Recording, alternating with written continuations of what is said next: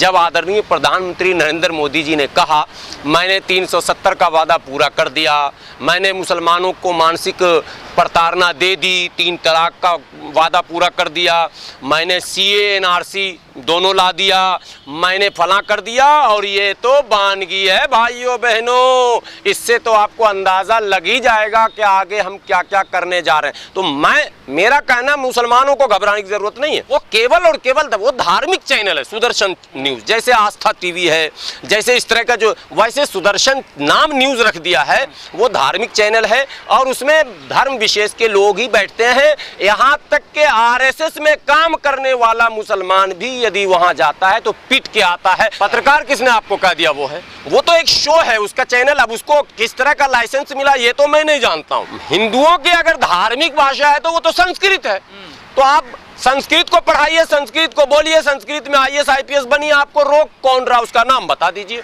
अगर कोई रोक रहा है, भारत का कोई भी, कि मैं मुसलमान की बात नहीं कर रहा हूं, कोई भी अगर रोक रहा है तो आप बताइए। हाँ, अगर कोई मुसलमान संस्कृत पढ़ रहा है तो आप रोक रहे हैं। जो बनारस विश्वविद्यालय में घटना घटी आप लोगों को पता है। मैं तो कह रहा हूं अरबी, उर्दू, हिंदी, अंग्रेजी पढ़ने वाला जिहादी है, और तुम्हारी तरह अगर कोई जाहिल है तो वो जिहादी नहीं है।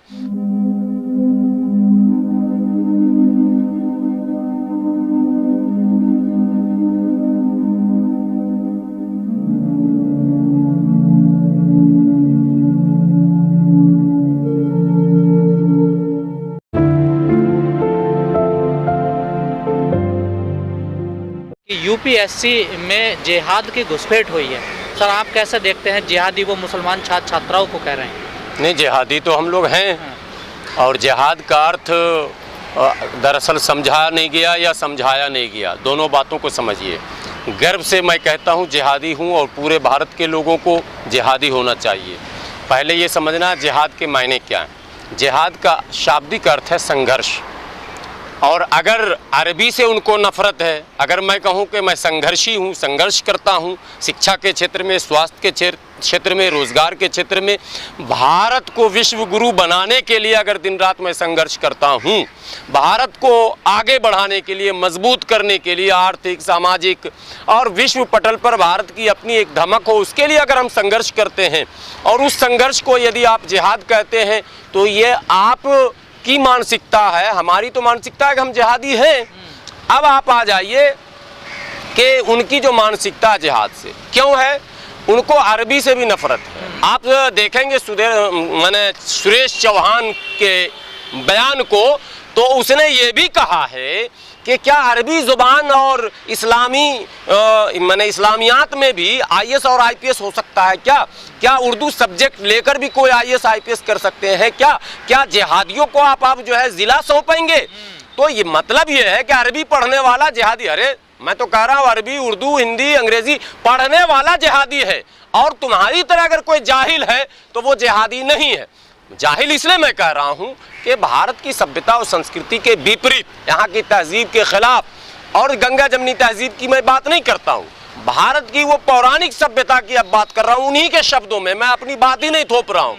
तो वो स्वयं बताएं कि उनकी मानसिकता में ये कैसे पनप गया कि भारत में केवल ब्राह्मण ही IAS IPS और IRS बन सकता है, बाकी कोई नहीं बन सकता है। इसका मतलब है कि जो आरोप निरंतर लगाए जा रहे हैं बहुजन संगठनों के द्वारा, वो सिद्ध स्वयं ये कर रहे हैं 21वीं सदी में। हम कहते हैं 1000 साल पहले ऐसा हो रहा था, लेकिन 21वीं सदी में वो कह रहे हैं कि अमुक को IAS बनने दूंगा और अमुक को IAS बनने नहीं दूंगा। यानी वो झाड़ू ही लगाए, वो नाली ही साफ करे, वो गटर ही साफ करे, वो जो है साफ सफाई का काम करे, सेवा करे, क्योंकि ये चौथे वर्ण के लोग हैं। इसमें मुसलमान की मैं इंक्लूड कर रहा हूँ, मुसलमान को अलग नहीं करेंगे। भारत के बहुत बड़े मौलाना, 2 बड़े मौलाना का नाम लेता हूँ, एक मौलाना सज्जाद नोमानी साहब हैं, दूसरे हजरत मौलाना वली रहमानी साहब हैं।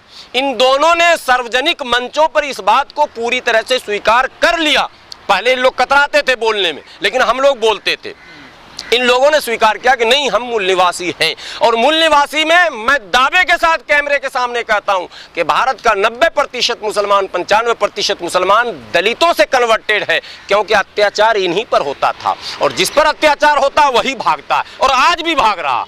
आज इस्लाम की तरफ नहीं जा रहा, बौद्धिज्म की तरफ जा रहा, जा तो रहा है, लेकिन पत्रकारिता का अर्थ है कि भारत की जो मूल समस्याएं हैं, मूल आवाज है, जनता की आवाज और सरकार की आवाज के बीच जो पुल का काम करता है उसे पत्रकारिता कहते हैं। ये एक स्तंभ, ये तो जनता की आवाज ही नहीं है और न सरकार और की बात वो करते हैं। अब हिंदू समाज खुद तय करे कि असली मालिक हिंदू समाज का कौन है। सुरेश जैसे माने समाज विरोधी, देश विरोधी लोग, आपको नहीं लगता कि देश का माहौल खराब कर रहे इन लोगों पे कार्रवाई होनी चाहिए? देखिए, ये आज से नहीं हो रहा और मैं तो बधाई देता हूँ सारा भास्कर को और उस जैसे सभी सोशल एक्टिविस्ट को। देखिए, मुसलमानों को ज़्यादा उत्तेजित होने की आवश्यकता नहीं है। अभी बहुत सारे लोग हैं भारत में और हम जब 85% हम बोलते हैं तो क्या हम सिर्फ बोलेंगे ही या हमको भरोसा भी होना चाहिए कि हम 85 हैं? तो जब हमको ये भरोसा हो जाएगा ना तो इन 15% वालों पे हम बहुत ज़्यादा ध्यान देकर इनको हीरो बनाना नहीं चाहते। सीधी बात, ये बोल रहे हैं हाथी चले बाजार, और वो शब्द भी बोल दूं क्या, हाथी चले बाजार और कुत्ता भूखे हजार। तो ये 2-4% वाले भूखते रहें। देखिए, ब्राह्मणवादी व्यवस्था का विरोध हम लोग शुरू से कर रहे हैं, लेकिन थोड़ा सा हम लोगों की लड़ाई में धार अभी नहीं आया। और ये आज की बात नहीं है कि उन्होंने मोदी जी के साथ, इससे पहले की सरकारों में भी इस मानसिकता के लोग जो सत्ता के शिखर पर रहे, उन्होंने ही ऐसे लोगों को यहाँ तक पहुँचने का अवसर प्रदान किया। नाम लेने की ज़रूरत नहीं। देश की बड़ी आबादी जो पीड़ित है, शोषित है, वंचित है, उनको साथ लीजिए। उनका एजेंडा हिंदू मुसलमान करने का, अगर मैंने भी हिंदू मुसलमान करना शुरू कर दिया तो मैं तो उनके एजेंडे को आगे बढ़ा रहा हूं। मैं कतई हिंदू नहीं कह रहा हूं उनको, मैं उनको देशद्रोही कह रहा हूं, समाज विरोधी कह रहा हूं, संविधान विरोधी कह रहा हूं। उनको समाज विरोधी इसलिए कि समाज समूह का नाम और समूह हमारे साथ है। हम जब 85% हैं तो हम मूल निवासियों के खिलाफ यदि कोई इस तरह का जहर उगल रहा है तो हम कभी भी उसको धार्मिक एंगल नहीं देंगे।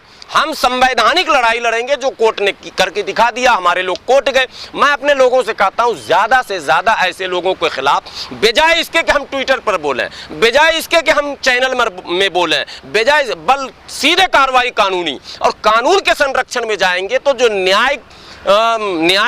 न्यायाधीश जो बैठे हैं उन्हें भी ये एहसास होना चाहिए कि देश में अधिकांश लोगों की आस्था न्याय पर है।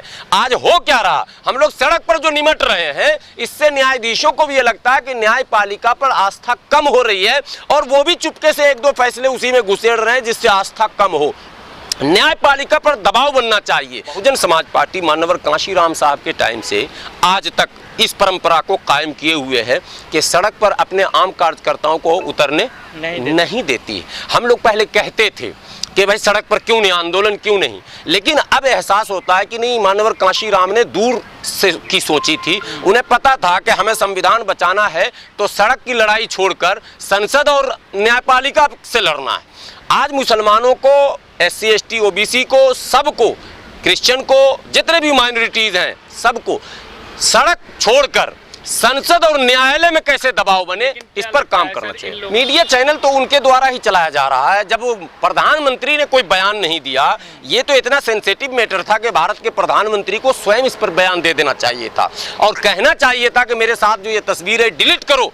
तुम जैसे लोगों को हम अपने सामने बराबर में खड़ा होने कैसे देंगे। लेकिन दुर्भाग्य हमारा कि भारत के प्रधानमंत्री खुद कह रहे हैं कि अभी इब्तिदाए इश्क है होता है क्या, और आगे इब्तिदाए इश्क है रोता है क्या, आगे आगे देखिए होता है क्या, वो भाषण में कह रहे हैं। तो वो एक तरह से संकेत दे रहे हैं। वो तो OBC है नहीं, वो रो के कहते हैं भाइयों बहनों मैं पिछड़ा हूं, कोई अपराध है। अपराध तो आप कर ही रहे हैं, आप पिछड़ा हैं, यही तो अपराध है। यदि आप ब्राह्मण होते तो अब तक तो आपको उखाड़ कर फेंक दिया जाता। आपने पिछड़ा बनकर पिछड़ों के पीठ में जो आपने छुरा भोंका है, उनके अधिकार का जो हनन किया सत्ता में रह के, यही तो दुर्भाग्य पिछड़ों का कि आप प्रधानमंत्री बन गए। तो प्रधानमंत्री को स्वयं इसमें संज्ञान लेना चाहिए था, स्वयं बयान देना चाहिए था, मगर ठीक है नहीं दे रहे हैं। वो एक अलग समीकरण अंतर्राष्ट्रीय और राष्ट्रीय बनाने में लगे हैं। कोई बात नहीं, वो लगे रहें, लेकिन भारत में जो हमारी संभावना है वो असीम है। हमें कहीं से घबराने की कोई ज़रूरत नहीं है।